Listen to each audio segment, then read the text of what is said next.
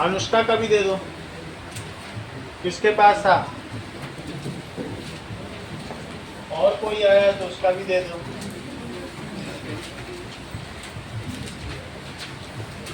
Highest किसके?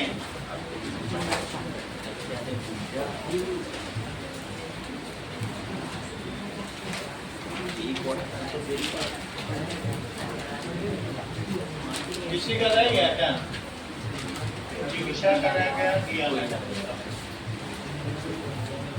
तुम्हारे कितने आए? 17 आए, तुम सेकंड हो गए। तुम्हारे 18 के बाद 17 है ना भाई किसी? अब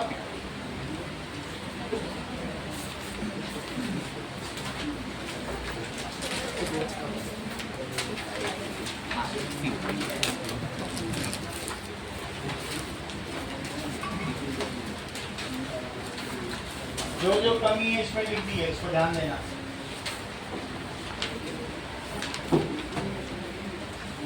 ओके, हो सकता है ये आज पे ये वाला खत्म हो जाएगा, फिर इसके बाद हम लोग मैथ शुरू करेंगे।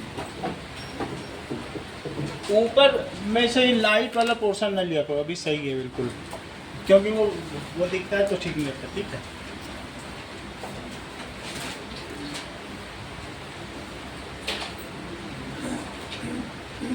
चलिए, हम लोगों ने प्रिज्म का रिफ्रैक्शन देख लिया था और डिस्पर्सन भी देख लिया, और ये देख लिया है कि लाइट में 7 कंपोनेंट कलर्स होते हैं और उनका arrangement of various components of white light in increasing और डिक्रीजिंग ऑर्डर ऑफ वेवलेंथ और frequency is called electromagnetic spectrum. ये तो देख लिया, अब आगे की बात देखो। Now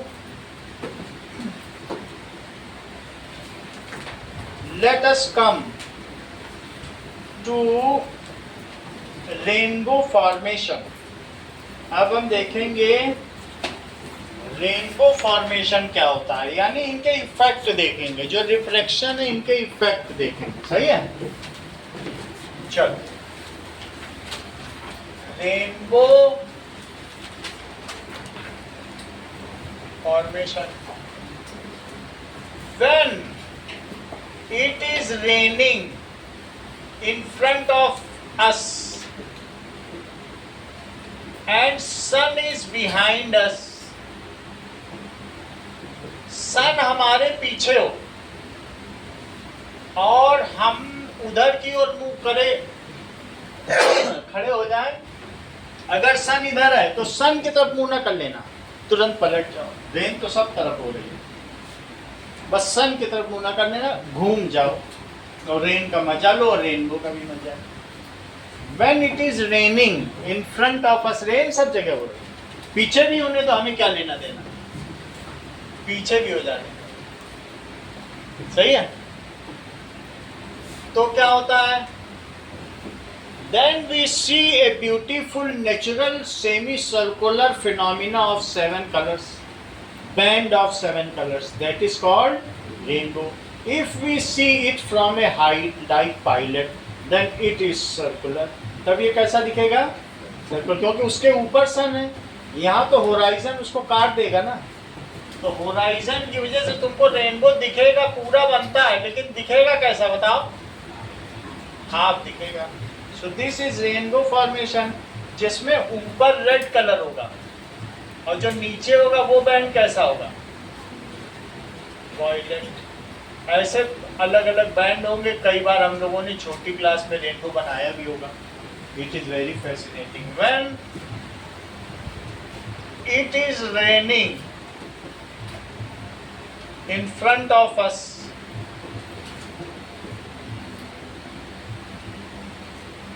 and sun is shining behind us,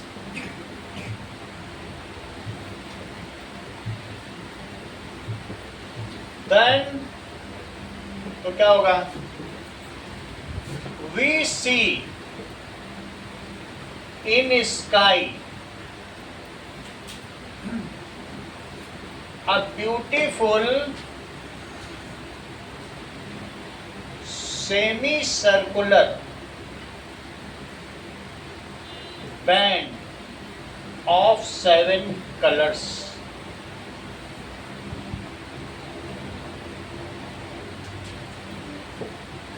In this, the water droplets acts as prism. वो किसकी तरह काम करती है? जो छोटी छोटी बूंदें गिर रही वही है प्रिज्म. This is called, कुछ लोग इसे इंद्रधनुष भी कहते हैं, रेनबो. रेनबो बनता है. This works on principle of reflection and refraction and dispersion of light. यह लाइट के फिनोमेना पे काम करता है. In this, water droplets acts as small prism, millions of tiny prism.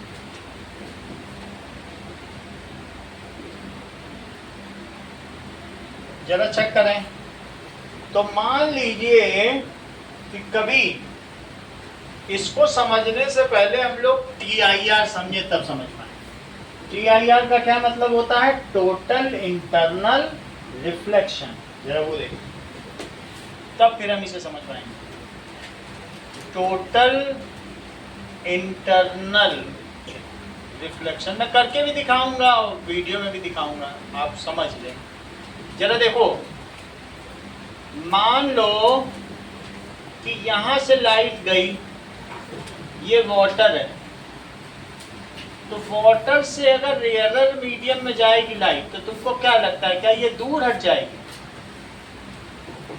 Water से रेयरर मीडियम, अगर डेंसर से रेयरर में गई, मान लो जैसे मछली है और मछली कुछ चीजों को देख रही है, तो ये किसी चीज को देख रही है, ये सिक्का ही पड़ा है, सिक्का से लाइट गई तो दूर हट जाएगी. हट जाएगी कि नहीं? इफ लाइट मूव्स फ्रॉम, यहां से चल रही है किसी भी चीज से, सिक्का ही समझ लो, 5 का सिक्का पड़ा है, तो यहां से लाइट गई, बाहर गई, दूर हट गई, तो देखने वाले को लगेगा कि सिक्का कहीं यहां पड़ा है. ऐसा लगेगा कि नहीं लगेगा? अच्छा, और दूर हो गई, तो और दूर होने पे फिर ये और दूर हो जाएगी. भाई जितना तुम्हारा आई एंगल होगा उसी के हिसाब से तो आर होगा, क्योंकि sine I by sine r is constant, that is called Snell's law. I बढ़ाते जा रहे हो तुम, देखो आई और दूर जाओगे तो आई और नहीं बढ़ जाएगा, तो आर भी बढ़ेगा, तभी तो कांस्टेंट रहेगा. क्योंकि हमने बताया था साइन 30 की वैल्यू, जैसे बताया था 1/2 साइन 45 1/√3 कैलकुलेट करके निकाली थी. तो तुमको स्नेल्स लॉ मालूम है कि sine I by sine R, जितना आई और आर बढ़ेगा उतने दोनों बढ़ेंगे. तो आई बढ़ाओगे तो आर को भी तो बढ़ना पड़ेगा. भाई आप 60 डिग्री पे डाल रहे हो, तो कहेगा हम 75 पे निकलेंगे, वो भी कंपटीशन करेगा. और 40 पे डालोगे, कहेगा ठीक है 50 निकल जाते हैं, हाँ दूर हटाएंगे. 60 पे डालोगे, कहेगा 60 पे डाला, अब 75 पे निकलेंगे. और तुम कौन, नहीं हम तो 75 पे डालेंगे. तुमने क्या किया, और दूर हट गया. अब तुमने जिद ही पकड़ ली, बोला नहीं हम तो 75 पे डालेंगे, कहेगा कोई बात नहीं, तुम 75 पे डाल रहे हो, मैं इसके पैरेलल निकल जाता हूं. सरफेस जो इंटरफेस है ना, इतनी चमकदार बन जाएगी, लगेगा हीरे की तरह चमक रही. इंटरफेस, इसको कहते हैं ग्रेजिंग एंगल. कौन सा एंगल हो गया? 90 पे निकल गई, क्योंकि उससे तो ज्यादा रहेगा. जब तुम 60 पे डाले तो कितने पे निकला? जब तुम 45 पे डाले तो चलो 55 पे निकला. हाँ, जो भी उसने किया होगा ये कांस्टेंट है, ये स्नेल्स लॉ के हिसाब से किया होगा. जब मैं ट्रिग्नोमेट्री पढ़ाऊंगा तो बिल्कुल डिटेल में सब बता दूंगा आपको. बस इतना जानो, आई के बढ़ने पे आर को बढ़ना पड़ेगा, इसे नॉर्मल से अवे होना पड़ेगा, क्योंकि ये रेलर मीडियम में जा रहा है. और एक एंगल ऐसा आएगा जिस पर ये इंटरफेस पे चला जाएगा, उस एंगल को क्रिटिकल एंगल कहेंगे. उस एंगल को क्या कहेंगे?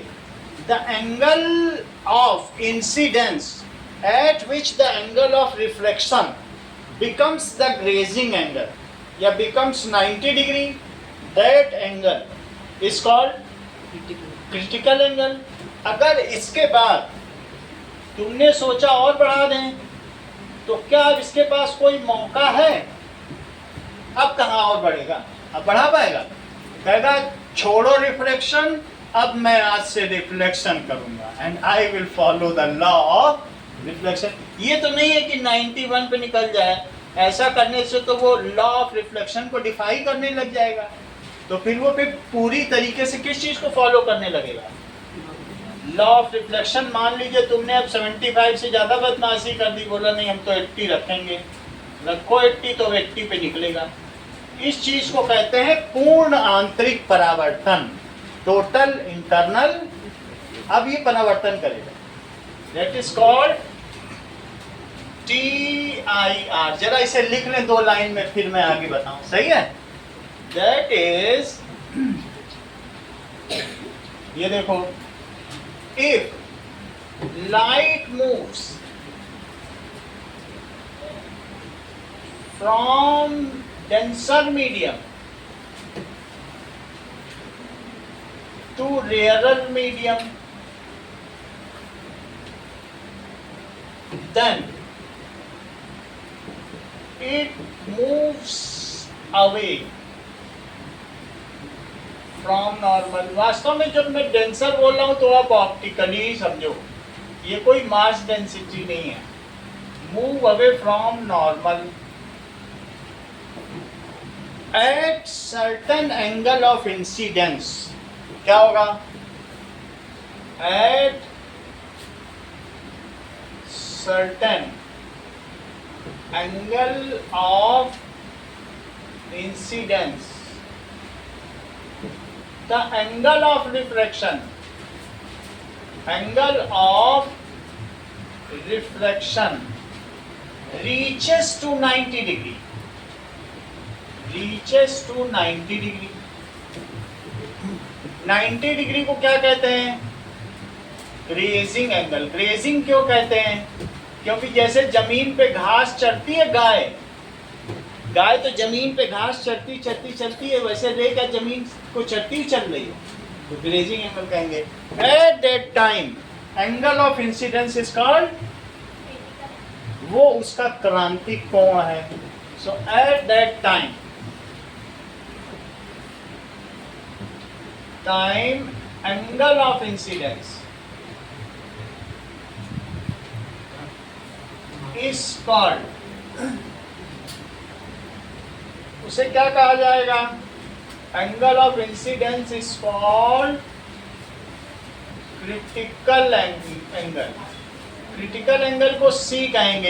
इस चीज को तुम C समझो, मैंने लिख दिया ना C, ये क्रिटिकल एंगल है। If angle of incidence is more than C, तो क्या होगा?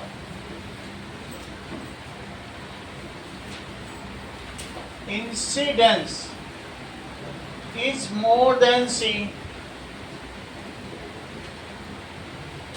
तो क्या होगा?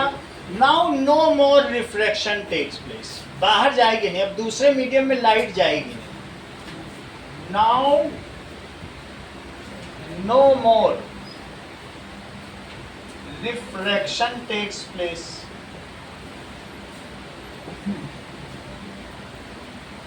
and light get reflected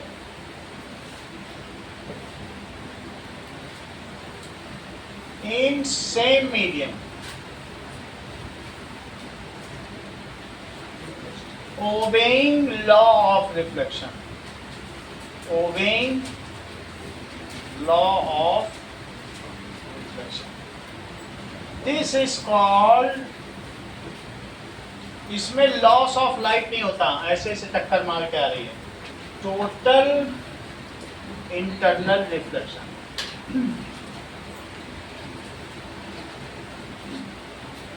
इस चीज को टोटल इंटरनल रिफ्लेक्शन कहा जाएगा। जैसे कि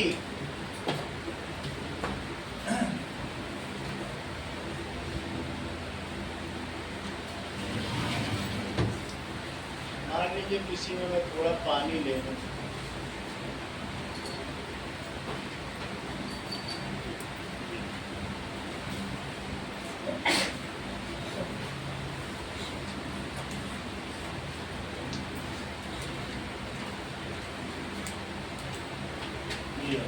अब इसका मैं कोलाइडल सोल्यूशन बनाता हूँ जिससे तुम्हें थोड़ा दिखे भी। बिना कोलाइड डिटॉल डाल लेता हूँ तो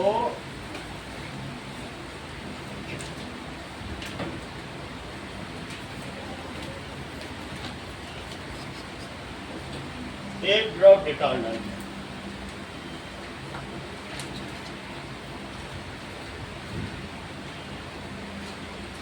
एक और डाल।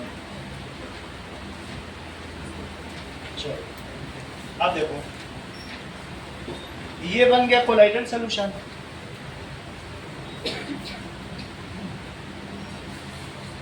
इस पे लाइट डालते हैं, लाइट बाहर जाएगी लेकिन एक एंगल के बाद क्या होगा,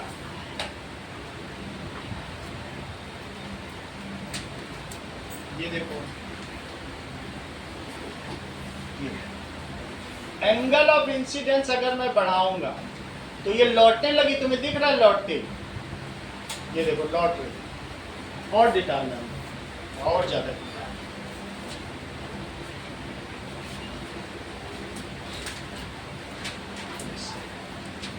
अब देखो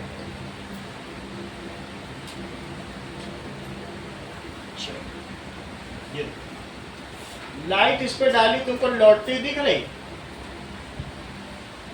दिख रही लौटती। अगर मैं ऐसे डालूं तो कभी दूसरे मीडियम में चली गई, लेकिन जैसे जैसे मैं एंगल ऑफ इंसिडेंस बढ़ाऊंगा तो तुमको क्या होगा, लौटती दिखेगी। ये देखो, तो इसको कहेंगे पूर्ण आंतरिक परावर्तन। ये देखो दिख रही है। तो ये क्या दिख रहा है कि उसी मीडियम में आ गई और तुम देख रहे हो बिल्कुल लॉ ऑफ रिफ्लेक्शन को फॉलो कर रही है, दिख रहा है ना। तो ये एक एंगल है पर्टिकुलर। अगर मैं कम रखूंगा तब नहीं आएगी, तब दूसरे मीडियम में चली गई, देखो ऊपर चली गई। और ऐसे किया तो ऊपर बिल्कुल भी कहीं डॉट मिला, कुछ नहीं मिला निशान, इसे कहेंगे पूर्ण आंतरिक परावर्तन। यही कहीं से नीचे जा रही होगी, अदरवाइज ये यहाँ से जा रही होगी इस सरफेस से, वो अंदर से नहीं जाएगी। बिल्कुल लॉस ऑफ लाइट नहीं है। ऐसे करने पे ऊपर चली गई और ऐसे करने पे जैसे ही मैंने आई बढ़ाया, दिख रहा है ना सबको, तो दैट इज सही है। इस चीज को कहेंगे टोटल इंटरनल रिफ्लेक्शन। समझ में आ गई बात आपको? जरा देखें,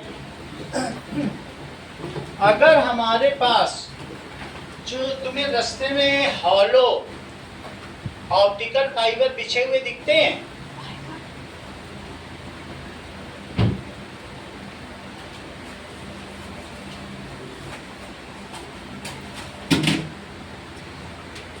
ये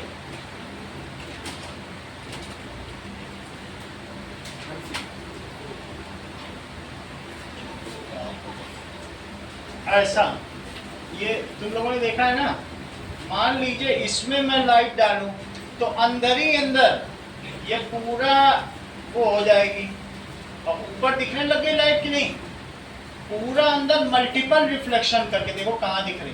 चाहे और भी काट दो तो और भी दिखेगी, या फोन हो तो फोन से भी देखा जा सकता है।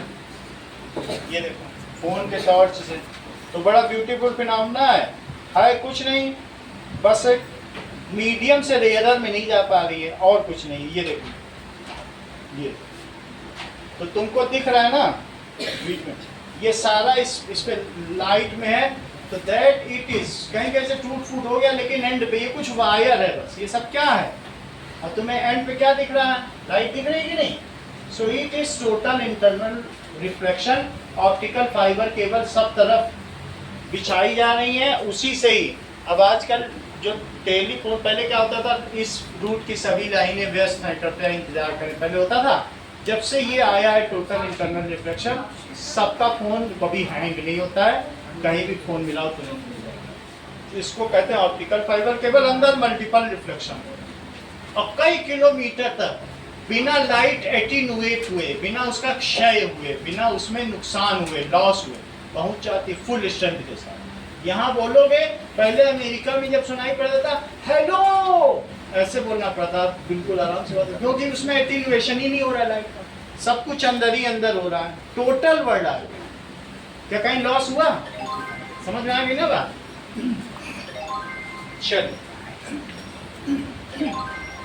अब हम आते हैं, जबकि हमको इस चीज का पता चल चुका है, total internal reflection. Let us come back to rainbow formation.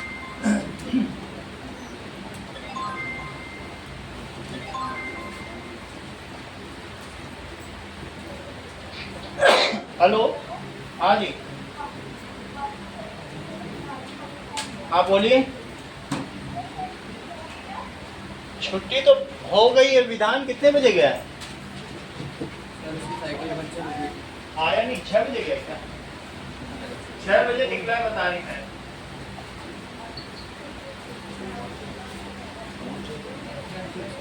लंबा टेस्ट दिया होगा उसने, आजकल पढ़ने लगा है। कुछ सही नहीं पढ़ रहा है, दिमाग कम लगाता है। धीरे धीरे ठीक होगा, मतलब धीरे धीरे टेस्ट देता है, 1 घंटे डेली देता है, बैठ के अपना देता रहता है, हो जाएगा। ठीक है मैम। अब देखो अगला, देखिए, that is how the rainbow formation takes place. ठीक है, तो अब तुम्हें ये बात पता चल गई है कि ये जो वाटर ड्रॉपलेट है, 3 नंबर का क्वेश्चन इंपॉर्टेंट भी है, जितना मैंने लिखाया वो भी इंपॉर्टेंट है।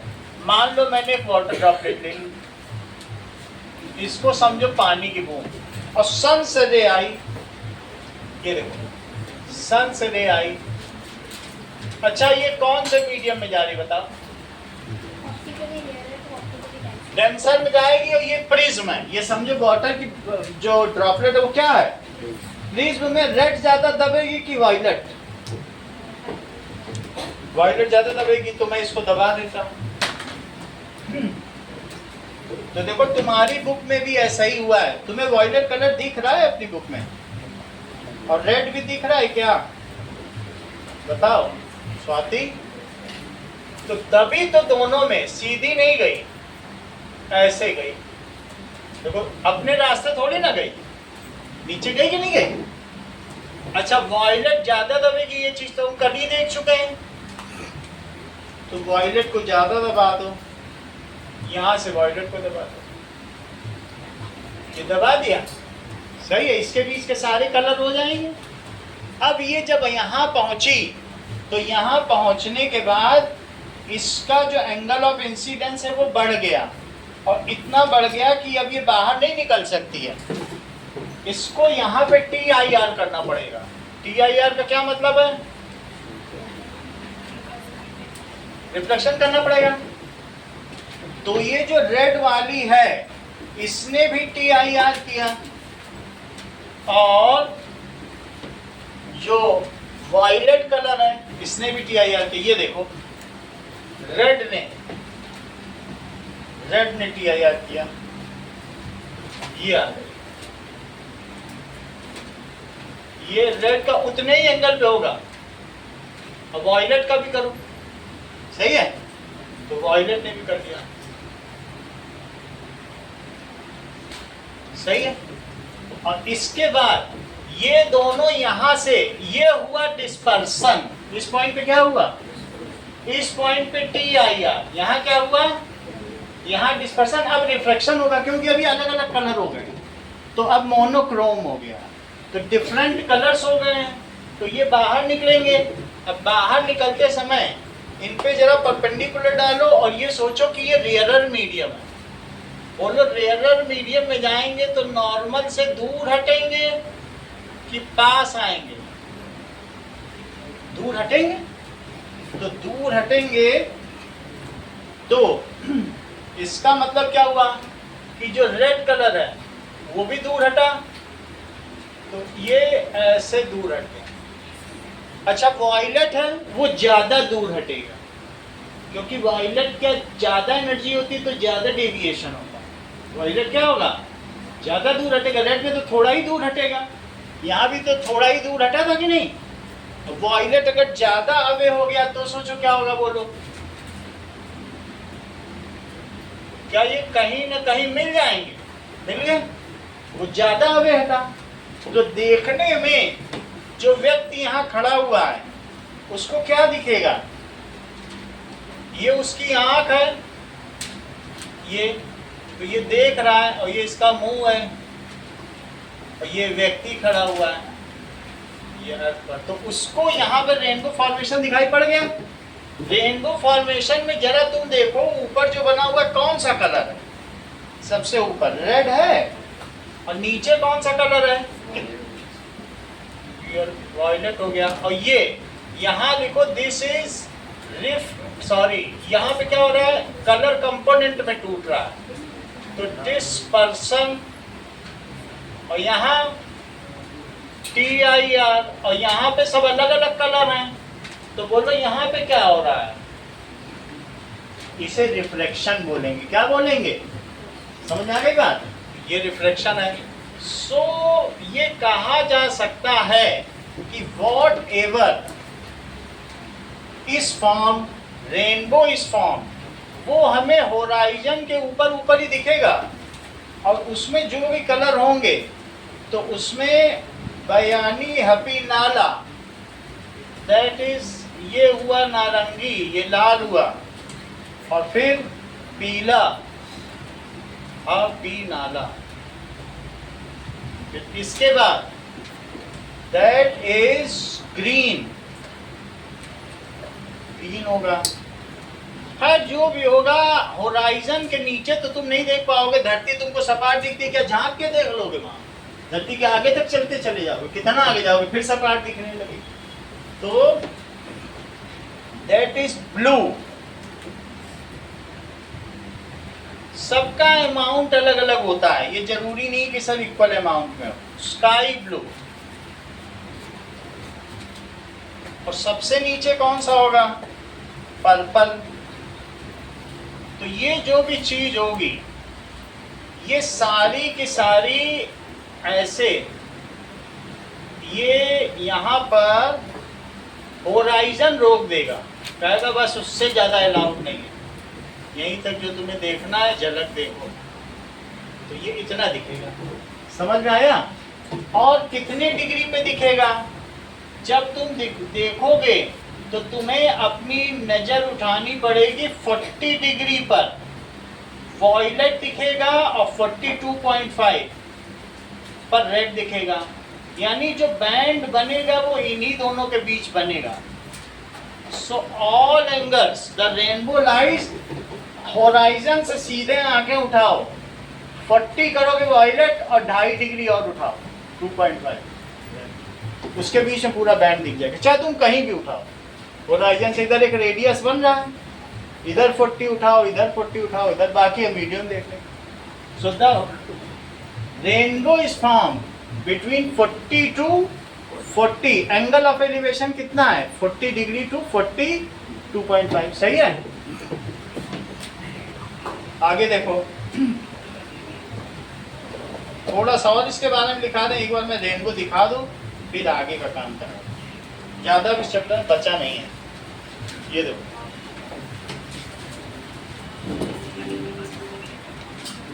नाउ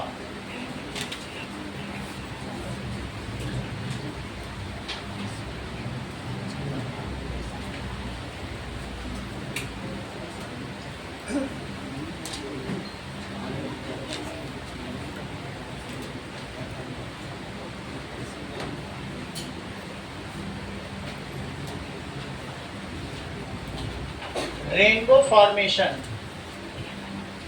ये देखिए। Rainbows happen when sunlight interacts with water droplets. The light bends, reflects, and bends again, वैसे ये भी दिखाया गया है। You तुम need देखो sunshine सभी in कलर the का, day, and the sun लेकिन must be उतना behind ज़्यादा you. हमें करना नहीं है। Each तुम्हारी raindrop बुक का shows a यही है, यही specific हम देख color, रहे हैं। and ठीक है? because of the Earth's surface, they form a अब ये circular देखो, arc. बस आप अपनी बुक का बनाओ, ज़्यादा इधर उधर का नहीं करेंगे। That is rainbow formation. Image में देखो, तो इसमें जो ड्रॉपलेट है वो ऐसा काम कर रही है, और ये है, दिखाई पड़ रहा है।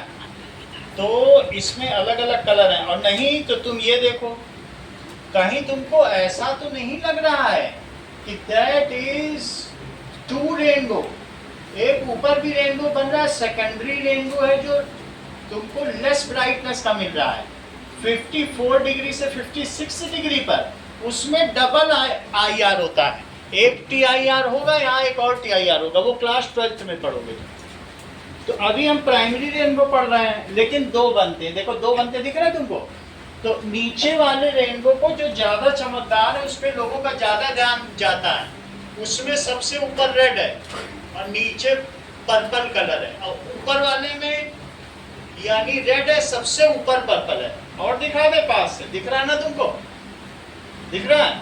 तो ऊपर का रेनबो सेकेंडरी रेनबो है, वो 52 डिग्री से 54 है। However we are having concern with this one rainbow. तो ये रेनबो कैसा है? ये ऊपर रेड और नीचे कैसा है? पर्पल कलर है। सो लेट अस सी रेनबो फॉर्मेशन। रेनबो फॉर्मेशन तो ये एक नेचुरल फिनोमिना है, जो कभी ये देखो, ये पानी डाल रहा है, पानी डालते डालते भी रेनबो बन जा रहा है, देख रहे हो तुम? वाटर ड्रॉपलेट कभी कभी ऐसे गर्मी से बचाने में करते हैं। How is rainbow formed? जब आपने रेनबो देखा होगा दो तो तरीके के ब्राइट कलर का दिखाई देता है, अपर एंड पे डल कलर का। This is primary and this is secondary rainbow. Primary rainbow पे उतना हमें नहीं चाहिए क्योंकि वो सब तो फिर भी ये देख लो, We've all seen a ऐसे rainbow, देखो। but how many of us have seen the end? Semi What do you circular होगा think कि it is नहीं? due to? I read you in the ऐसा है, comments. बारिश हो रही है। We've all seen a rainbow, अब but how हम many of us have इतने को seen लिख the रहे end? हैं। चल, थोड़ा सा नोट और लिखना पड़ेगा इसके बारे में कि ये क्या क्या हुआ है।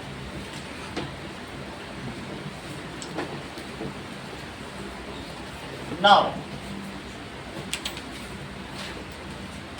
Rainbow is made due to three phenomena of light. कौन कौन से three phenomena? Rainbow is made due to three phenomena of light.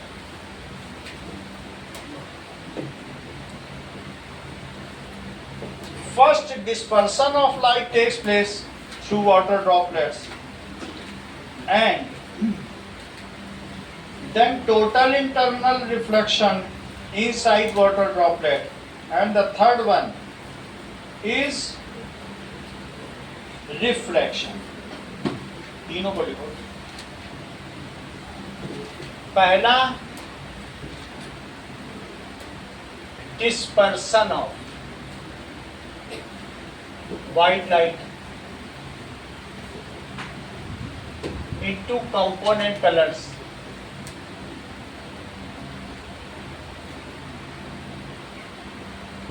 दूसरा total internal reflection of component colors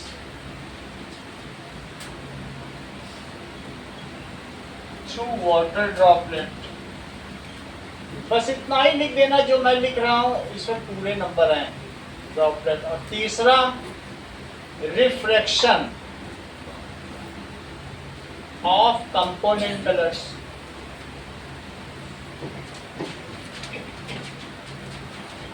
Which falls to our eye, जो कहाँ गिरते हैं आगे हमारी आंख पे। Which falls to our eye। ठीक है। Rainbow is formed circular in nature, but due to horizon it appears semicircular। आधा तो कट जाएगा ना, धरती के नीचे थोड़ी देख पाओ। दो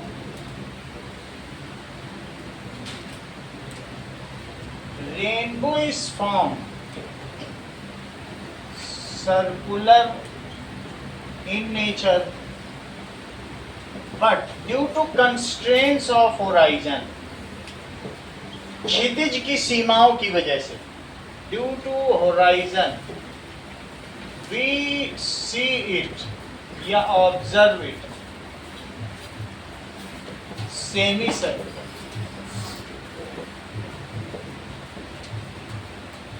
The angle of elevation of primary rainbow, secondary तो तुमको बता दिया, बट प्राइमरी हमारे कोर्स में। The angle of elevation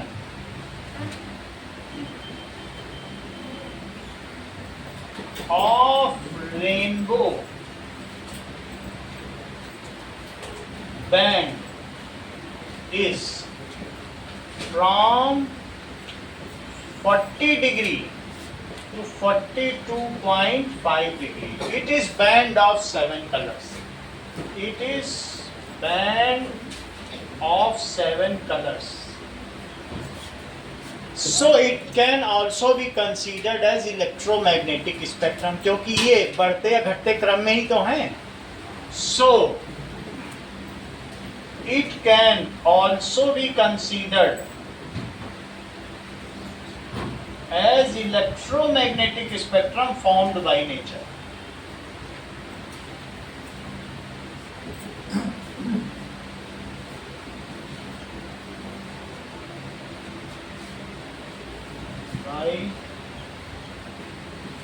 When there is sunshine along with rain, then only rainbow is formed. धूप भी निकली होनी चाहिए, सिर्फ बारिश में नहीं बनता. एटमॉस्फेरिक रिफ्लेक्शन देखो, अगले पर हम आ गए. दैट इज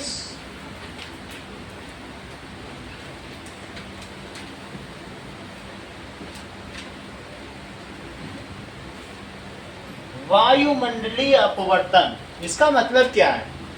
दैट इज, सबसे पहले देखो कि जो हमारी अर्थ है स्वाति, इसके ऊपर सूर्य चमक रहा है, और बोलो जब सन रे इस पर पड़ेगी तो क्या होगा? तो क्या अर्थ सबसे जल्दी गर्म होती है? The air just above earth becomes hotter. तुम कभी पहाड़ों पे जाते हो वहां ठंडक है, लेकिन नीचे आओगे मैदानों पे तो वहां गर्मी है.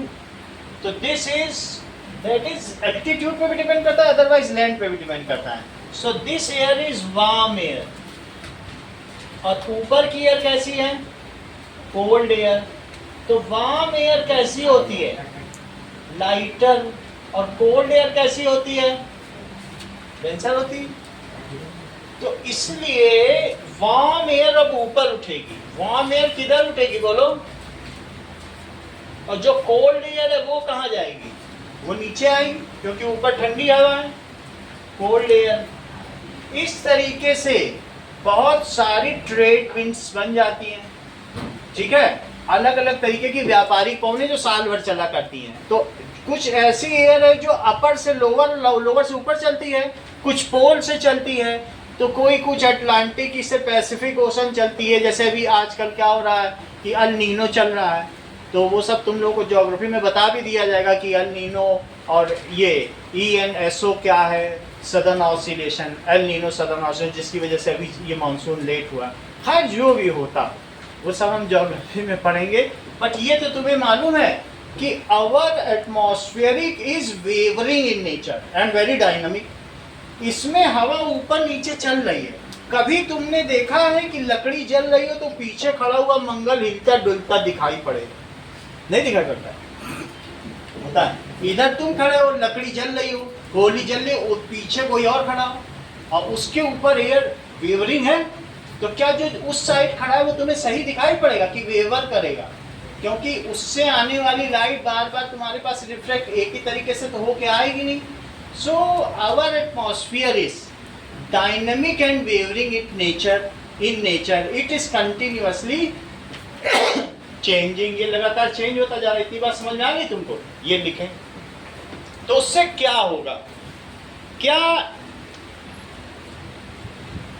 नीचे को तुम रेयर मीडियम मान रहे हो और ऊपर को डेंसर तो नहीं मान रहे हो? ऐसा मान रहे हो क्या कि नहीं मान रहे हो? वो तुम्हें बताना है. क्या नीचे वार्मर एयर है और ऊपर कोल्डर एयर है? तो ऊपर ऑप्टिकली डेंसर मीडियम है कि नीचे, ये बताना पड़ेगा ना तुम्हें, नहीं तो हम यहीं तक जाएंगे. मान लो नीचे वार्मर एयर है, और वार्मर एयर की वजह से क्या हो गया कि वहाँ पर डेंसिटी कम है, ऊपर ठंडी हवा है, उसका घनत्व ज़्यादा है. तो ऊपर ऑप्टिकल डेंसर मीडियम है कि नीचे? हाँ यही क्वेश्चन है. ये बताना पड़ेगा, नहीं तो अब मैं अटक जाऊँगा. सही है. So there are a number of air belts. बहुत सारी बेल्ट्स हैं जिसमें कैसी कैसी बेल्ट हैं जरा चेक करो। कहने का मतलब है कि आवर एटमॉस्फेयर है मैनी बेल्ट्स। ये देखो ऐसी बेल्ट्स हैं, ये कैंसर है, और ये कैसी है, रेयरर, ये मीडियम, और ये कैसा, मीडियम। तो जरा देखो कि मान लीजिए ये स्टार है और स्टार की रोशनी आई, तो अब क्या होगा बोलो, दैट, ठीक है,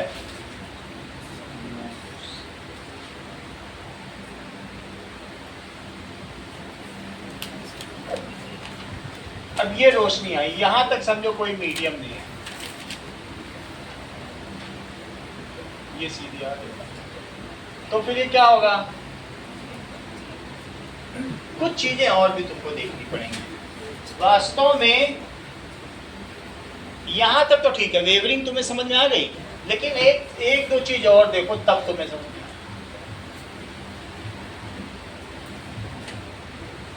दिस इज अर्थ, तो आवर एटमॉस्फेयर कैसा है, एटमॉस्फेयर ये 1 किलोमीटर की बात है, ये कितना है 1 किलोमीटर, 1 किलोमीटर में ये वार्म एयर है,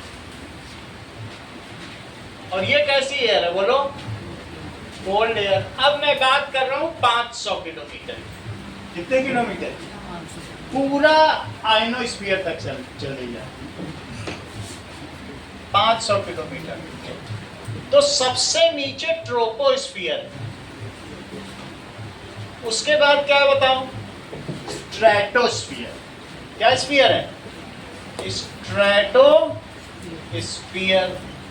उसके ऊपर क्या, दैट इज मीजोस्फीयर, मीजो, फिर थर्मोस्फीयर, और फिर आयनोस्फीयर, और सबसे ऊपर एक्सोस्फीयर। कहने का मतलब है 0 किलोमीटर से 10 किलोमीटर तक ट्रोपोस्फीयर। ट्रोपोस्फीयर कहां तक है, 0 से 10। बादल कितने ऊपर उड़ते हैं बताओ, 1 किलोमीटर, कितना होते हैं, फाइटर प्लेन कितना ऊंचे उड़ता है, 10 किलोमीटर, फाइटर प्लेन कितना उड़ता है बताओ, 10 किलोमीटर, और पैसेंजर प्लेन कितना ऊपर उड़ते हैं, 5 किलोमीटर।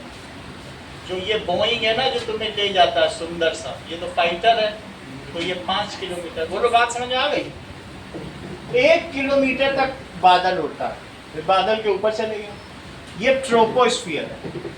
और जो हमारे बड़े बड़े जितने भी हिमालयाज हैं या कैलाश माउंटेन्स है, जो भी माउंट है, कंचनजंगा माउंटेन है, वो 8 किलोमीटर पर है, वहाँ पर खूब बर्फ ही बर्फ है, वहाँ तक खूब ठंडा ठंडा हो जाता है, ठीक है। वैसे भी तुम यहाँ से चले जाओगे 2000 मीटर के ऊपर, तो ये जो माउंट आबू है वो भी तब भी ठंडा ही है। अब आ गया 80 किलोमीटर, 80 किलोमीटर पर क्या है, 80 किलोमीटर पर स्ट्रेटोस्फीयर, यहाँ ओजोन लेयर है जिसमें छेद हो गया है, ये O3 है। और ओजोन हम लोग, इसमें से क्या होता है, एसी रेफ्रिजरेटर में फ्रीऑन गैस भरी हुई है, कौन सी गैस भरी हुई है, C पे Cl, ठीक है, अब दैट इज F, इसको कहते हैं फ्लोरो कार्बन, दैट इज CFC। तो हम लोग इसको क्या करते हैं, रेफ्रिजरेंट के तौर पे यूज करते हैं। हम जब इसे रद्दी में बेच देते हैं कबाड़ में, तो वो इसकी नली को तोड़ देता है और उसकी गैस लीक हो जाती है। इसका एक पार्टिकल ओजोन के 10 लाख पार्टिकल को नुकसान पहुंचाता है, और इस वजह से धीरे धीरे ओजोन में छेद होता जा रहा है। सबसे पहले अमेरिका के बगल में एक अलास्का है, वहाँ 2000 वैज्ञानिक गए थे साइंस प्रयोग करने, तो उनको स्किन कैंसर लगा कि अरे ये स्किन कैंसर में कैसा, वहाँ सबसे पहले छेद हुआ था, दैट इज 1979 में। उन्होंने ये नोटिस किया अरे ओजोन में तो छेद हो गया, फिर उसके बाद एनवायरमेंटल की, वर्ल्ड के एनवायरमेंटल की कमेटी बैठी 80 में, और उन्होंने कहा कि अब हम इससे ज़्यादा ओजोन का यूज़ नहीं करेंगे। तो ओजोन तुम्हें पता चल गया 80 किलोमीटर पर है। उसके ऊपर आ गया, बताइए, मीजोस्फीयर। मीजोस्फीयर थोड़ा वार्म है। ये कैसा है? और सबसे ज़्यादा गर्म कौन है? ये और वार्मर है। ये 350 डिग्री पर है। कितने डिग्री पर है? 350 डिग्री। बहुत ज़्यादा गर्मी है। जब कल्पना चावला का विमान आ रहा था तो यहीं पे इसकी रबड़ गास्केट पिघल गई थी। तो अगर ये सब लोग कहते थर्मोस्फीयर पास कर गया अगर हमारा स्पेसक्राफ्ट, तो उसके बाद हम पार कर गए, लेकिन वो बच नहीं पाई। ये उसकी गास्केट पिघल गई और फिर सारा अंदर वो डिस्कनेक्ट हो गया। ओपेगी मेटर मोटर और पेरिगी मोटर जो भी हुआ। अच्छा, इसके बाद आयनोस्फीयर है। आयनोस्फीयर का मतलब सन की रे जब पड़ी तो सन यहाँ पे ऑक्सीजन के सब इलेक्ट्रॉन बाहर फेंक देता है। सन बहुत तेज है ना। अगर ओजोन लेयर ना होती, ओजोन के ऊपर जो है यूवी है, लेकिन ओजोन से जो छन के आई वो विजिबल है। यूवी समझते हो? अल्टीरियर टू वायलेट, वायलेट से भी ज्यादा एनर्जी वाली। तो जो वायलेट से ज्यादा एनर्जी होगी, वायलेट का ही तुम 10% देख पाते हो, 90% वायलेट हम देख ही नहीं पाते। अब वायलेट से भी ज्यादा एनर्जी हुई तो उसको कहेंगे यूवी। कहते यूवी ग्लास लगाओ, क्योंकि वायलेट से भी वो अल्टीरियर है। और इंफीरियर टू रेड, रेड से भी गई गुजरी। जैसे रेड आता है कहीं कि नहीं, रेड से कम हो तो वो कहते हैं इंफ्रारेड। हम लोगों की बॉडी से इंफ्रारेड निकल रही है, रेड के नीचे तो देख नहीं सकते। तो इंफ्रारेड कैमरे हम लोगों के पास है, जो बिग बॉस में सब यूज होते हैं। ये है इंफ्रारेड कैमरा। ये देखो,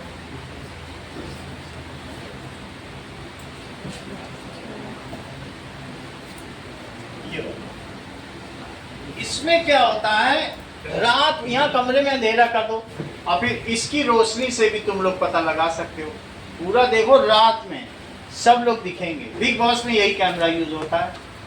ये तो ज़्यादा महंगा नहीं, 3000 का है, लेकिन जो और अच्छे होते हैं ये सब सैनिकों के पास होते हैं। वो रात को हीट से पहचान लेते हैं कि असली आदमी है। सांप इंफ्रारेड को सेंस कर लेता है। रबड़ का चूहा रखो और असली चूहा रखो, असली को खा लेगा, रबड़ वाला छोड़ दो।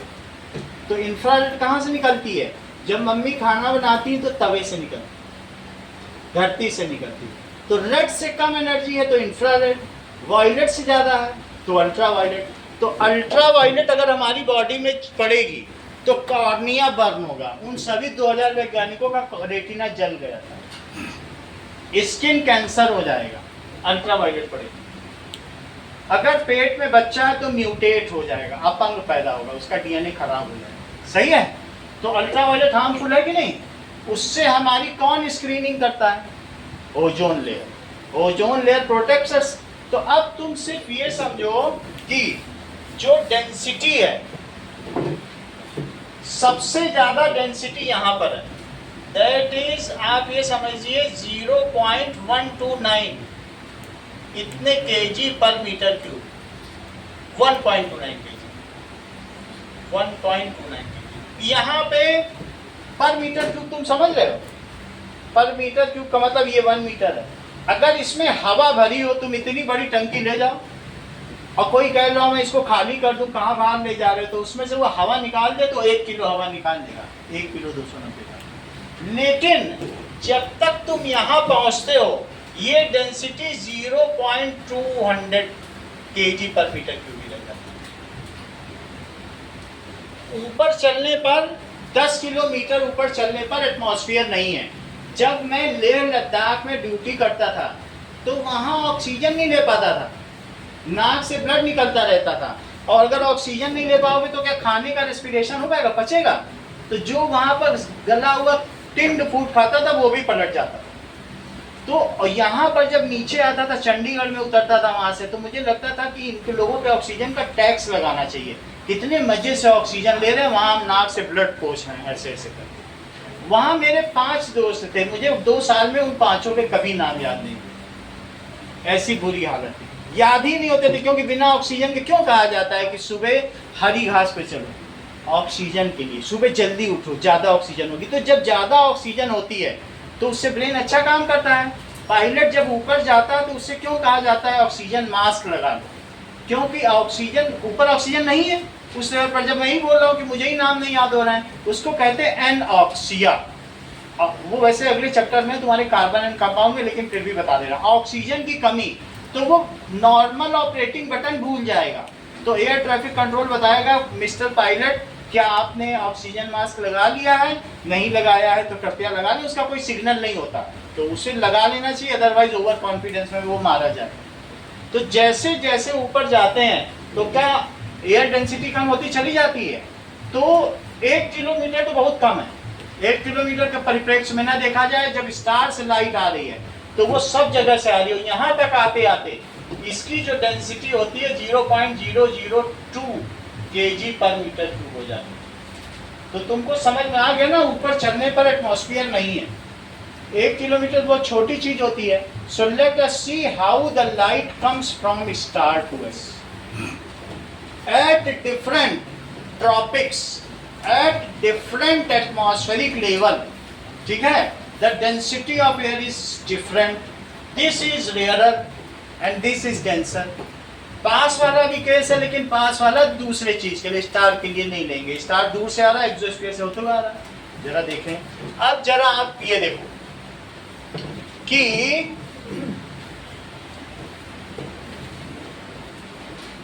ये देखिए, when light comes from star to us तो क्या होता है,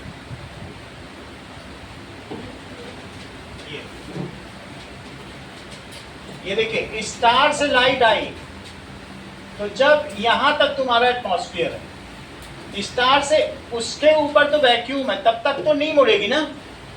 अच्छा, फिर यहां नॉर्मल डालो तो अब ये है फ्री स्पेस। ये कौन सा स्पेस है, एक्सोस्फीयर के बाद कुछ नहीं। तो क्या ये थोड़ी अंदर दब जाएगी? अरे भाई थोड़ी तो दबेगी, जब भी तो इतना तो है ये डेंसिटी। और थोड़ी और अंदर आई तो क्या थोड़ी और दबेगी? यहां ना जाके थोड़ी और दब जाएगी, अंदर दबती जा रही। देखो दबती जा रही कि नहीं दबती जा रही, क्योंकि नीचे और डेंसर और डेंसर। जैसे मैंने लद्दाख का एग्जांपल दिया, वहां 1/5 वायुमंडल है, 20% है, और यहाँ आने पे 100% है। यहाँ सांस की कोई समस्या ही नहीं होती। मुझे सबके नाम याद है, इवन पिछले साल के बच्चों में 50% के याद। अब इससे देखो और नीचे आई तो क्या और दबेगी? और दबेगी। तो धीरे धीरे ये दब रही है, तुम देख रहे हो ये दब रही है। तो अब जब किसी के पास आ जाएगी, सो देन ये देखो इसने रिसीव कर लिया। तो our eyes can easily be cheated, they think that light travels in straight line path, so they think, वो इसी के पीछे सोचेंगे कि यहीं से वो इसको रिट्रेस करेंगे और सोचेंगे कि स्टार कहीं यहाँ है, जबकि लाइट ये एक्चुअल पाथ है। एक्चुअल पाथ को ऐसा बनाना, इसको डॉटेड बनाना। समझ में आ गई? सो स्टार अपीयर्स कहाँ पर पहुंचता है? Higher than its actual position. कहाँ दिखता है? क्योंकि वो दब रही है ना, दिख रहा है ना आपको, दबती हुई आ रही है। And also our atmosphere is wavering and dynamic, so at some time we receive more light from that star and other times we receive less light from star, so star appears twinkling। जब कभी कम रोशनी मिलेगी, क्योंकि तो point size का है, so star appears twinkling। समझ में आ गई बात? तो लिख लो इस चीज को, पूरी बात समझ में आई का निष्ठा? लिखो इस चीज को कि why star appears twinkling। ये भी 3 नंबर का क्वेश्चन, लिखो इस चीज को। Why star appears twinkling? तारे टिमटिमाते हुए क्यों दिखाई पड़ते हैं? When light comes to us from point size distant star, वो बहुत दूर है, then it encounters various belts of atmosphere। क्या इसको बहुत सारी बेल्ट मिलेंगे कि नहीं? Then it encounters या it enters into earth atmosphere, क्या चीज? Light enters into earth atmosphere. अब जरा देखो Kanishka, from top to bottom the optical density of air increases, क्योंकि ऊपर कम हवा है और नीचे ज्यादा हवा है, सही है कि नहीं? So from higher altitude to lower altitude,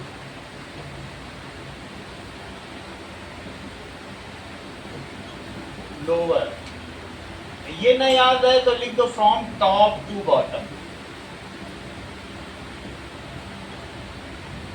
क्या होता है बताइए? Optical density is gradually increases, बढ़ती चली जाती है. Optical density gradually increase.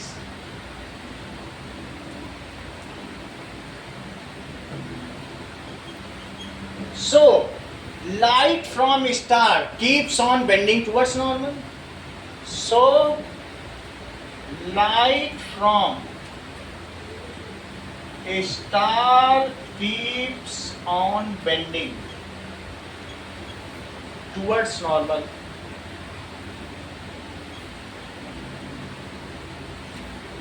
इसके बाद क्या होगा?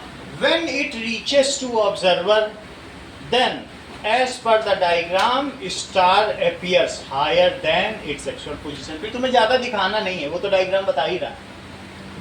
When it reaches to observer, then as per diagram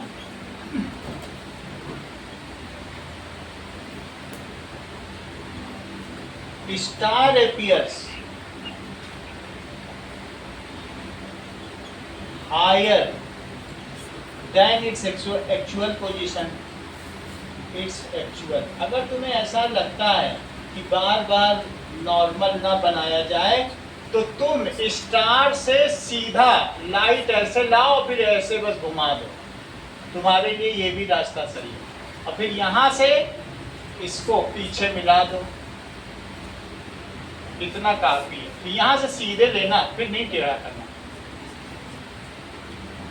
तुमको कुछ नहीं बनाना है. और यहाँ से डॉटेड स्टार बना दो, तुम सीधा ऐसे करो, इतना बस सीधा रखो और फिर ऐसे करो.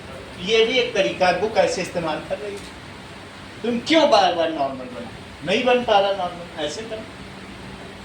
इतना तो तुमको समझ में आ कि अपीयर हायर, वो अलग क्वेश्चन. अब अलग question, our atmosphere is dynamic and wavering in nature. Wavering का मतलब समझ में आया? Because some part of air is hotter and less denser while other part is more denser. ये सब बताने की जरूरत नहीं, आपको बस सिखाने के लिए करना है, इतना लिख देना काफी. On other side our atmosphere is dynamic. Dynamic का मतलब क्रियाशील है. एंड वेवरिंग, अदलता बदलता रह रहा है, हिलता डुलता रह रहा है.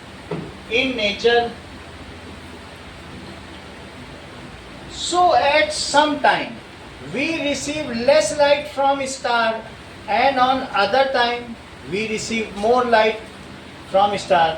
So इसकी वजह से क्या होगा? So the position of star and the brilliancy of star keeps on shifting and twinkling. Position भी बदलती रहती है भाई, चीज हिल डुल रही है तो पीछे नुस्खा खड़ी, यहाँ पर हम होली चल रही तो हिलेगी डुलेगी. ऐसा तुम देख लेना आपकी होली में, जो पीछे खड़ा होगा वो हिलेगा डुलेगा. तो उसकी वजह से कभी आएगी लाइट, गर्म हवा होती है ना, तो गर्म हवा के पीछे कोई खड़ा हो तो ऐसे ही होता है. या कहीं पे तुम जैसलमेर गए तो भी तुम्हें दिख जाएगा कि सामने वाली गाड़ी हिल डुल रही सो रोड पे. तो ये चीज होती है. इसकी वजह से क्या होगा?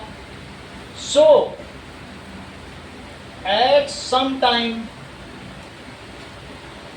we receive less light from star.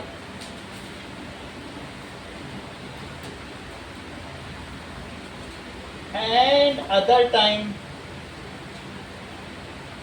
more light. Also, position of star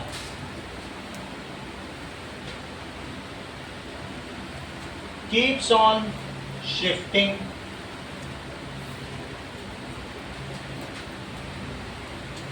This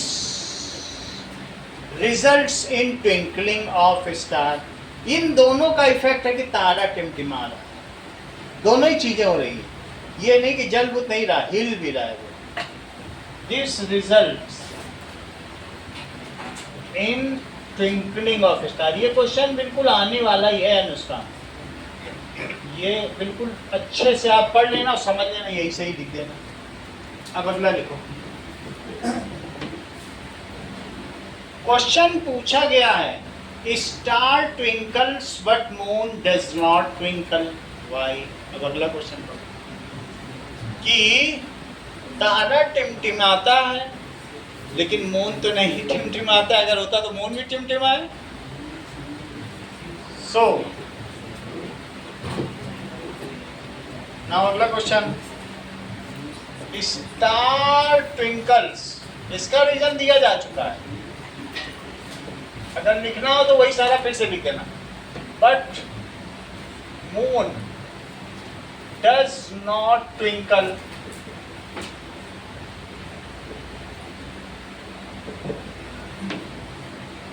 answer है star is distant object.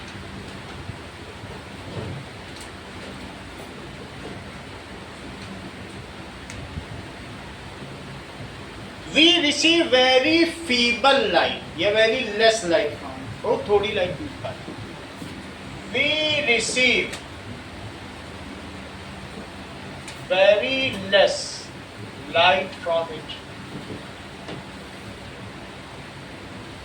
Light from it. It twinkles due to atmospheric refraction. अगर तुमने सब लिख दिया और इसमें कहीं एटमॉस्फेरिक रिफ्रैक्शन नहीं लिखा तो तुमको 1 नंबर मिलेगा. तो एक लाइन जोड़ दो, this is due to atmospheric. अब इसके आगे जो जितने क्वेश्चन है उसमें हमने ये लाइन जरूर जोड़ देना, और यही जोड़ दी तो 1.5 नंबर पा के आओ. एटमॉस्फेयर में तो रिफ्रैक्शन हो रहा है, ये सब क्या हो रहा है, तो तुम्हें ये वर्ड पेट बना लेना है आगे से. तो this is due to atmospheric refraction, उसे हाईलाइट कर दो, कोई कुछ नहीं पड़ेगा. दिस इज ड्यू टू, किसकी वजह से, एटमॉस्फेरिक रिफ्रैक्शन. ऐसा लिखो, due to atmospheric reflection and wavering nature of atmosphere. 2 वजह से हो रहा है. नेचर वेव की तरह बिहेव कर रहा है, हवा चल रही है of atmosphere. On other side, दूसरी तरफ क्या है, moon is considered as a group of point sized object. उसमें ये माना सर बहुत सारे group of illuminated object. Point size illuminated है, सेल्फ तो क्या होगा दूसरे से, है ना. Moon is considered as group of point sized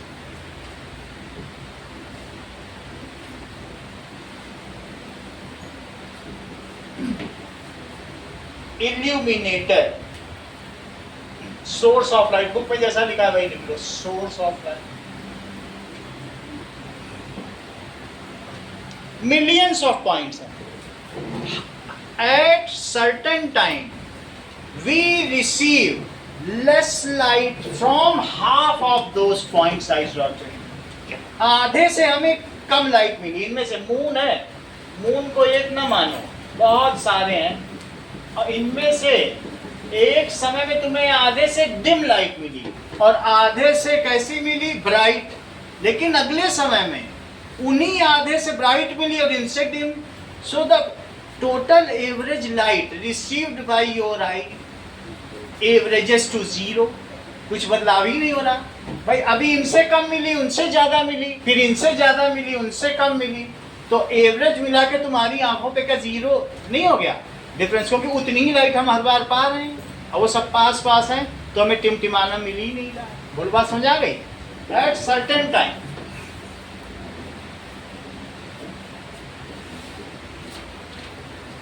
from half of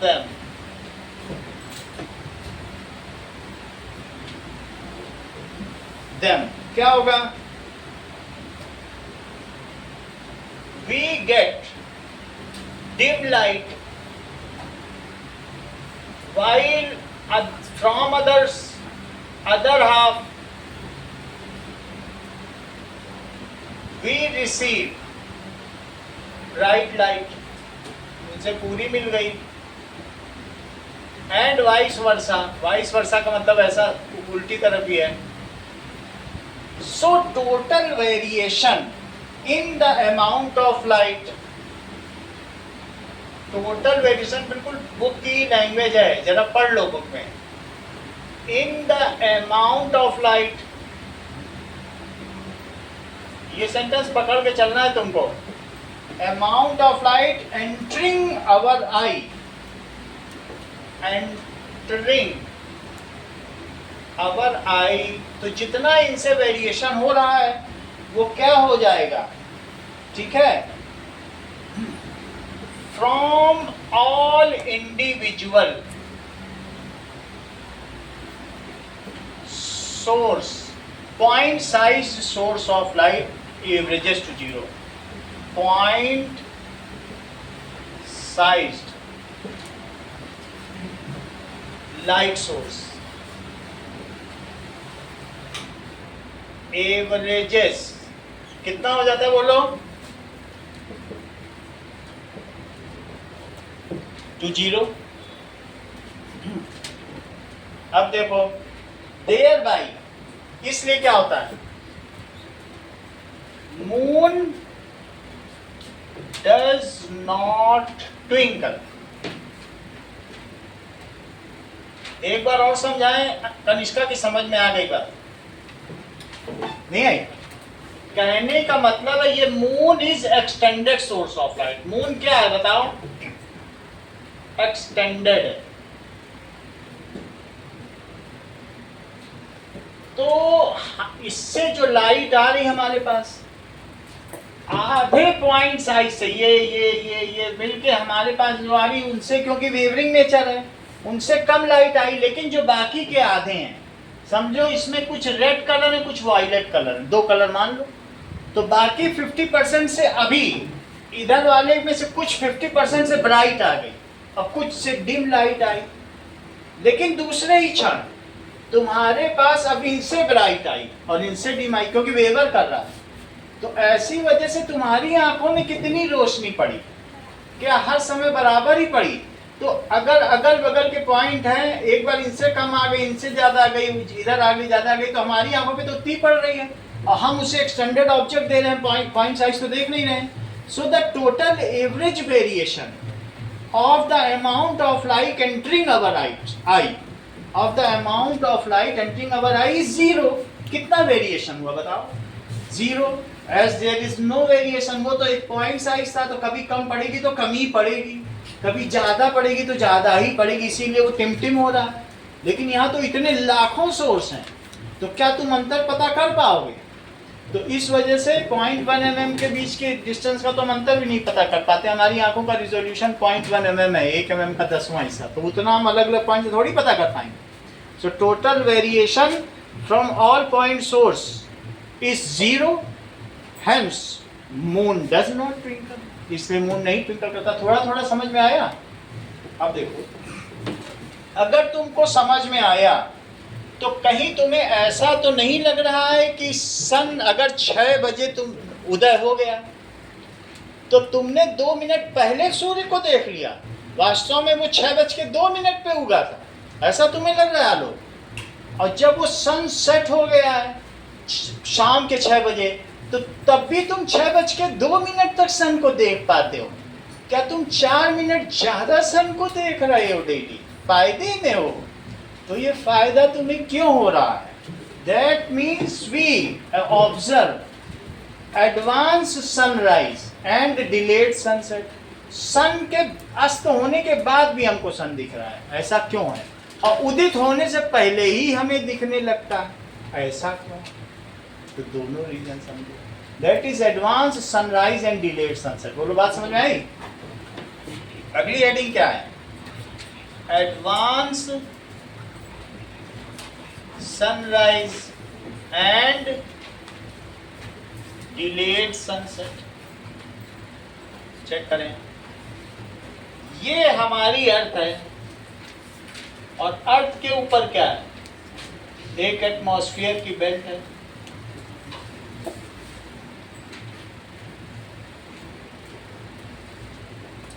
और तुम यहां बहुत छोटे से होराइजन पर खड़े हो, इतना ही समझो कि तुम इतने हो।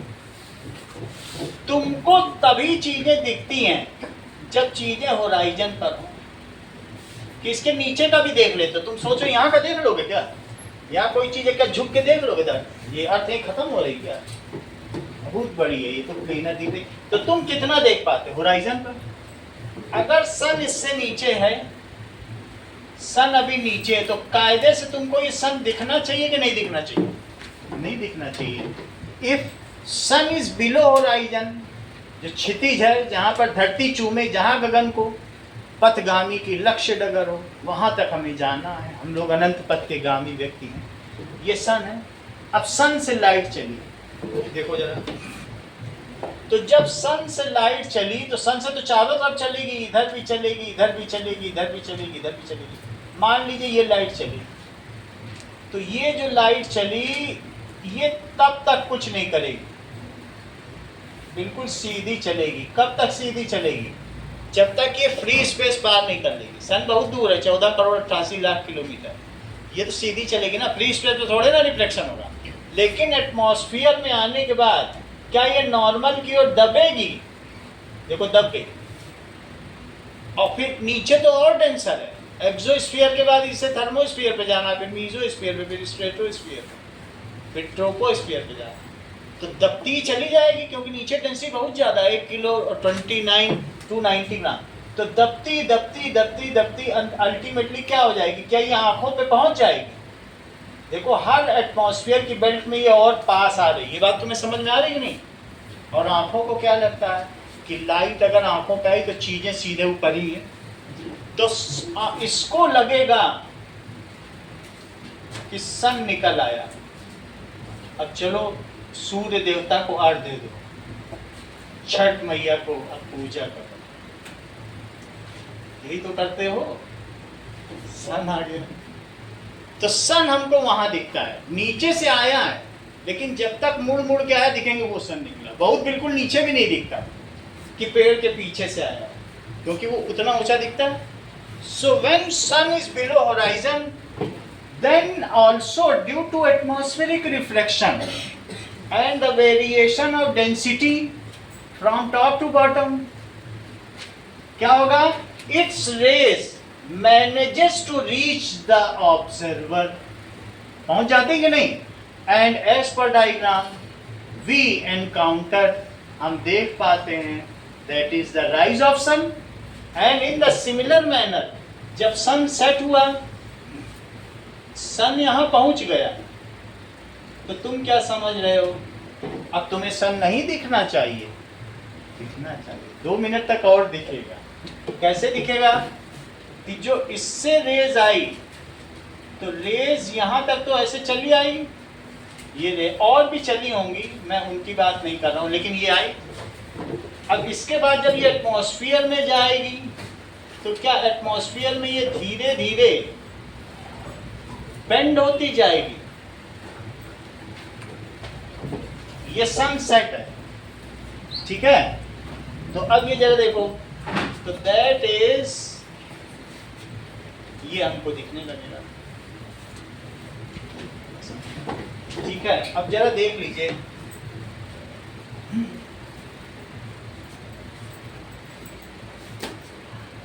वैसे तो ये बात होगी कि हम लोग वेस्ट में सनराइज देखते हैं, इसे सनराइज भी,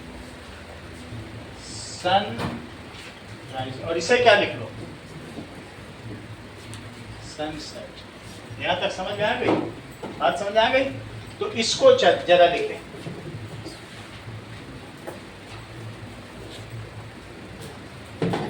now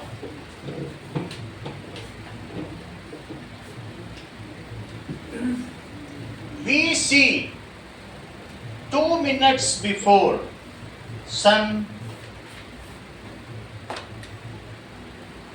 before actual sunrise, we see sun, question है, we see sun 2 minutes before actual sunrise and keep on seeing it.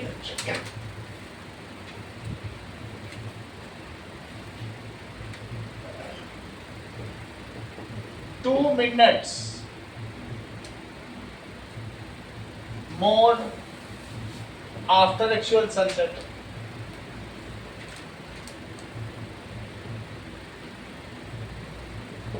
Why? When during sunrise and sunset, during sunrise and sunset, the sun is below horizon.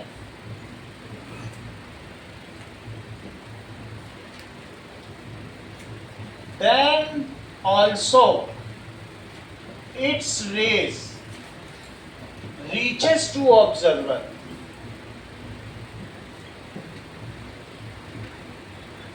Due to atmospheric reflection,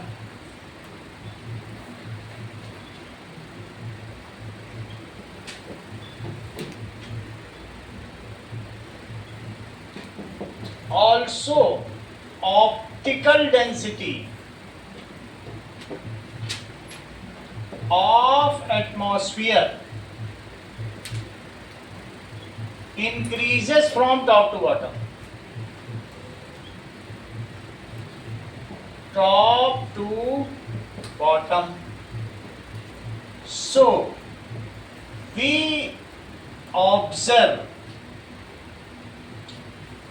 advanced sunrise and delayed sunset as per ray diagram. Delayed sunset as per given diagram.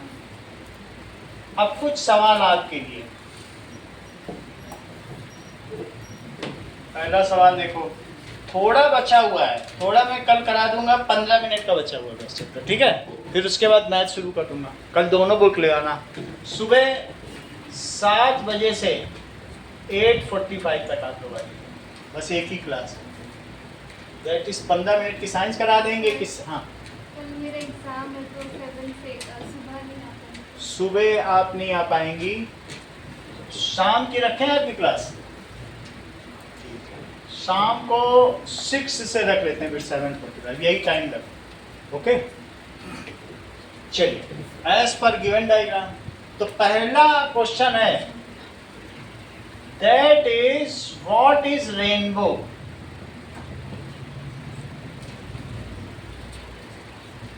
Explain it with रे diagram. किस चीज का exam है? Olympiad type के।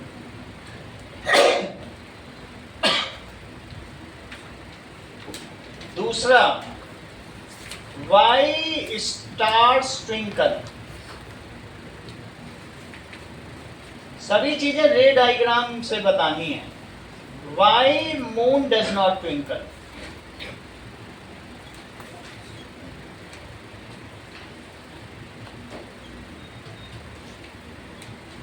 चौथा, Give reason for advanced sunrise. For advanced sunrise and delayed sunset. Define PIR and critical angle.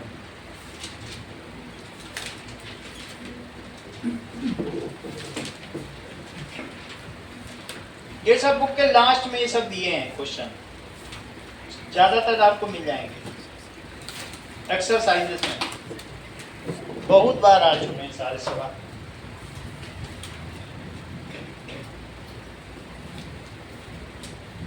अच्छा,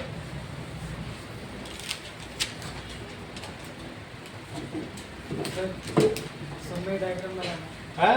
सब में डायग्राम सब में सब मून में नहीं बनाना है, इसमें बनाना है, इसमें बनाना है, इसमें बनाना है। मून में तो नहीं है। सर रेनबो में रेनबो फॉर्मेशन दिखा है। रेनबो फॉर्मेशन के बारे में जो है, जैसे मैंने 3 पॉइंट्स बताए, रेनबो कब बनता है, क्यों बनता है, जो इम्पोर्टेंट पॉइंट है लिख दो। तो मेरे से अगर स्क्रूटनी हो गई जो आप लिख रहे हो, तो तुम्हारा कहीं गलत नहीं होगा। हमसे होके जो गुजर जाएगा वो तुम्हारा बिल्कुल सही है। तो पूरा लिखो शिद्दत के साथ और स्क्रूटनी करा लो, फिर कहीं कोई काट नहीं पाए।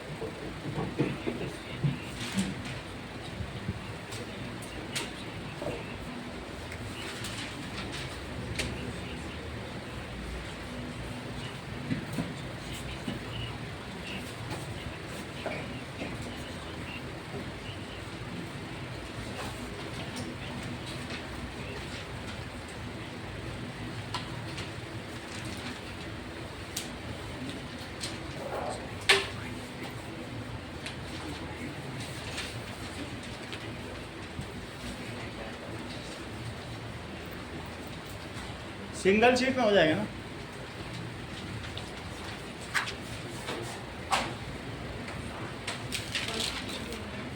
सिंगल दे दो।